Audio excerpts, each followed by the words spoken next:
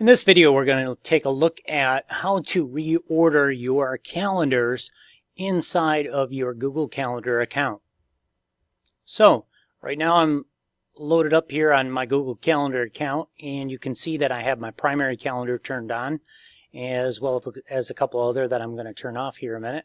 And at the very top here, you see that my topmost calendar is my own calendar that's connected to my Google account. All of the calendars below that then are additional calendars. You will notice that I have a underscore Maggie account, and then I have a district calendar, and then I have a payroll calendar, and then I have a couple other calendars listed underneath there.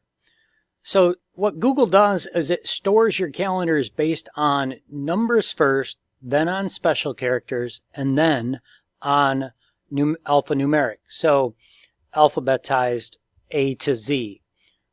So when I say underscore Maggie, I'm actually telling Google to put anything with an underscore at the topmost level.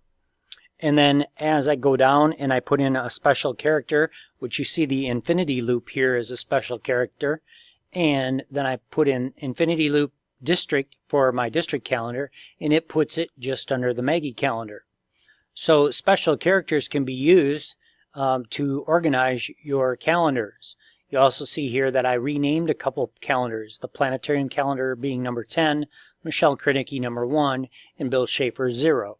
So these calendars come directly after my special character calendars. Now you're probably wondering, how the heck did you get an infinity loop special character in there? And the simple answer is ASCII.com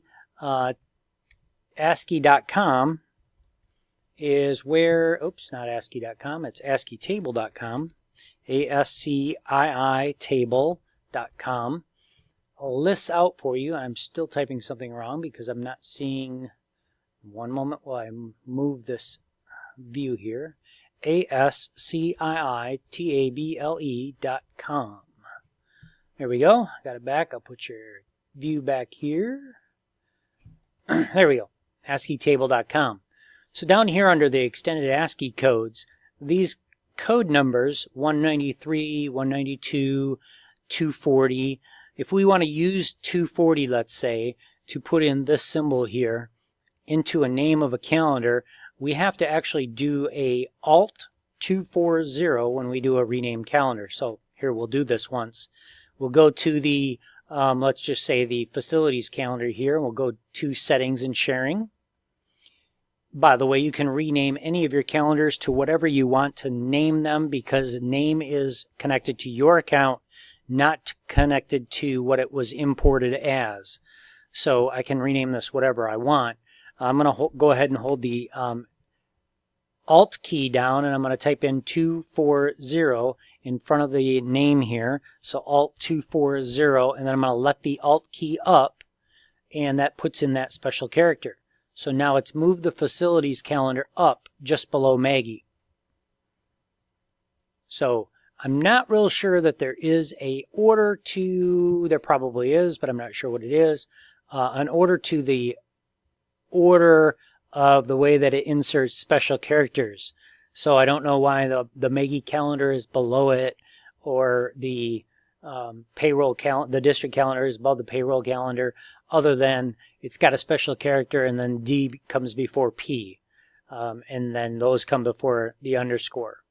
So you can use numbers. Obviously I used 0. You can use 01 through 09, 10 on up. You can use those as well to reorganize or rename calendars. So another reason you might want to rename a calendar, this calendar here, High School 2 HS 209 Lab. HS2 is the floor that particular calendar is on, so I may want to choose to just take off the HS2 and just call it High School 209, just for simplicity's sake. And seeing it on my calendar, I might want a little bit shorter name. So that's all you have to do to rename the calendar, is just take off the first part of that calendar. So now it'll be listed under HS209. Of course, I have that calendar hidden, so it's not showing up here in my list. But that's basically how you can reorganize your calendars using the numbers and special ASCII codes using the Alt key and then the ASCII number to create those codes, and then obviously by numerical or alphanumerical sort order. And that's all there is to renaming and reordering your calendars.